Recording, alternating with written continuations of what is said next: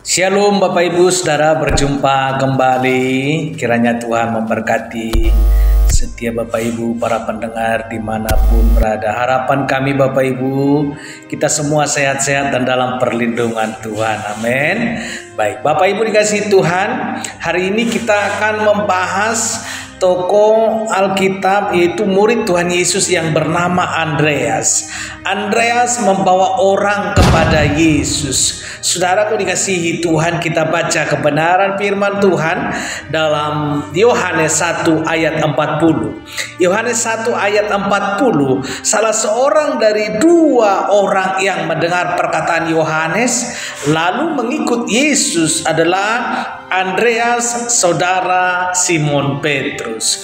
Nah, saudara, Andreas mungkin bukan murid yang paling dikenal saudara, tetapi ia memiliki peran yang sangat penting dalam permulaan pelayanan Yesus. Ia adalah murid pertama yang mengikut Yesus setelah mendengar kesaksian Yohanes Pembaptis dan tindakannya yang pertama adalah mengajak saudaranya yaitu Simon Petrus untuk juga mengikut Yesus. Nah, saudaraku yang dikasihi nama Tuhan, secara historis Andreas berasal dari kota Betsaida di Galilea, wilayah yang berada di tepi laut Galilea. Ia adalah nelayan saudara, sama seperti Petrus, dan kemungkinan besar hidup sederhana, tapi panggilannya kepada Kristus mengubah arah hidupnya dari menangkap ikan menjadi penjala manusia. Nama Andreas berasal dari bahasa Yunani yang berarti jantan atau berani. Nama ini menunjukkan kemungkinan ia dibesarkan dalam lingkungan budaya yang terbuka terhadap pengaruh Helenistik, saudara, sehingga ia bisa menjadi jembatan antara dunia Yahudi dan non-Yahudi.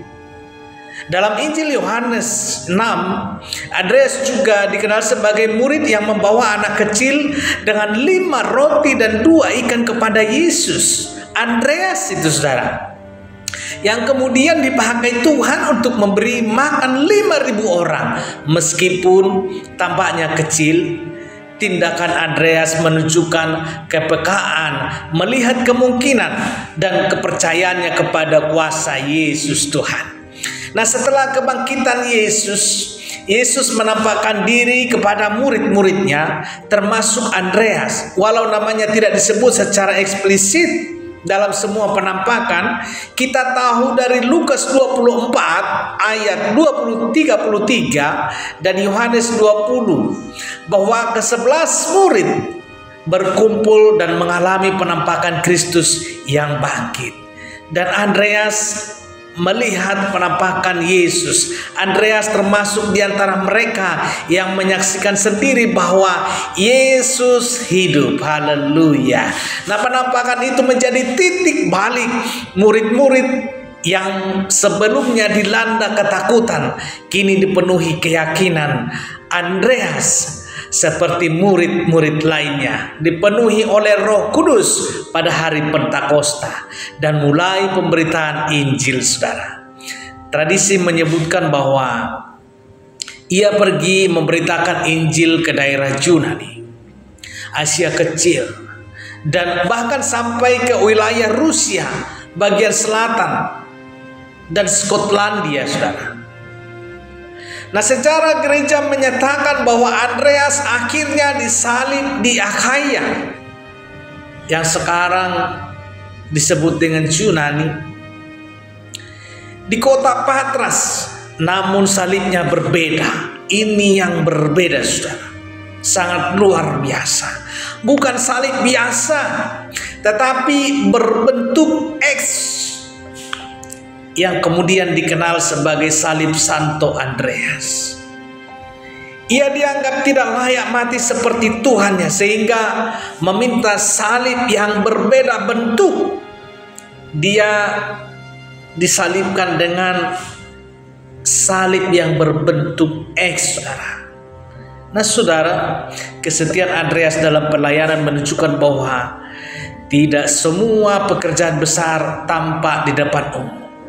Sekali lagi Bapak Ibu, tidak semua pekerjaan besar tampak di depan umum. Tapi setiap orang yang dibawa kepada Kristus, seperti Petrus yang kemudian menjadi pemimpin gereja, adalah hasil dari kesediaan Andreas untuk bertindak dalam iman. Nah saudara, menjadi pelajaran dari Andreas ini sangat kuat. Jangan meremehkan peran kecil yang kita lakukan untuk Kristus. Jangan meremehkan peran kecil yang kita lakukan untuk Kristus. Mungkin kita hanya mengajak satu orang ke gereja dan membagikan satu ayat atau mendoakan satu teman. Tapi ingat Bapak Ibu Saudara, Tuhan dapat memakai hal kecil itu untuk dampak yang besar. Haleluya.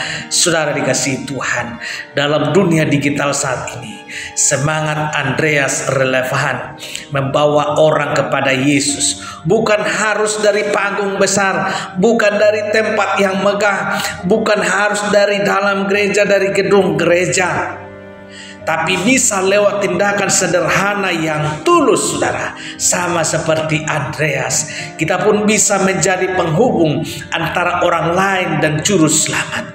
Dan itulah pelayanan yang mulia. Haleluya. Bapak Ibu Saudara dikasih Tuhan, bukan ketepatan, bukan kebetulan Anda lewat daripada channel ini dan melihat menonton video ini. Bapak Ibu Saudara dikasihi Tuhan, mari bagikan video ini kepada teman-teman kita dan sampaikan kabar baik. Sedikit kebenaran firman Tuhan, mungkin satu ayat itu sangat berkuasa. Tuhan bisa pakai luar biasa. Nah saudaraku dikasihi Tuhan, jangan berpikir hanya pelayanan dari gedung gereja. Dimanapun Anda berada saat ini, mari beritakan kebenaran firman Tuhan, beritakan kabar baik sekecil apapun, dan lakukan pekerjaan amanat agung Tuhan, mendoakan, memberitakan kebenaran, menyampaikan isi hati Tuhan. Tuhan Yesus memberkati. Dan Bapak Ibu dikasihi Tuhan, besok kita akan bahas dengan murid Tuhan Yesus yang bernama Filipus, murid yang ingin tahu dan mencari pengertian. Nah saudara, Bapak Ibu dikasihi Tuhan, dan jangan lupa berjumpa kita kembali dalam video-video berikutnya. Dan sampai jumpa dalam video berikutnya. Tuhan Yesus memberkati. Salam sehat dan salam hebat. Haleluya. Amin, amin, amin.